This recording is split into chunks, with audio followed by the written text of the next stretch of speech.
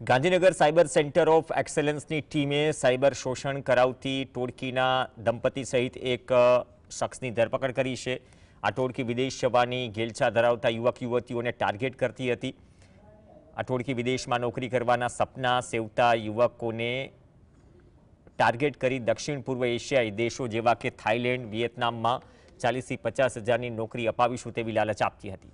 લાલચમાં ફસાયેલા લોકો જેવા એરપોર્ટ ઉતરે કે તરત જ પાકિસ્તાની એજન્ટ તેમના મોબાઈલ અને પાસપોર્ટ લઈ લેતા હતા। મારઝૂડ કરતા અને સાયબર ઠગાઈના ગુનાઓ કરાવવાનું કામ કરતા હતા।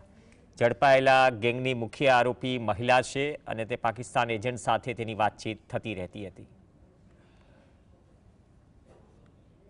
લોકો પાસે generally dating app related fraud, investment related fraud, cryptocurrency related fraud અને સોશિયલ મીડિયાથી હની ટ્રેપ કરી અને નાગરિકોને ઇન્વેસ્ટમેન્ટની લાલચ અપાવવી અથવા એમની સાથે છેતરપિંડી કરવી, જેમ આગળ હિતેશના કેસમાં જણાવ્યું હતું એમ એઆઈ બેઝડ કન્ટેન્ટથી નાગરિકોને છેતરવાની કામગીરી આ ગેંગો દ્વારા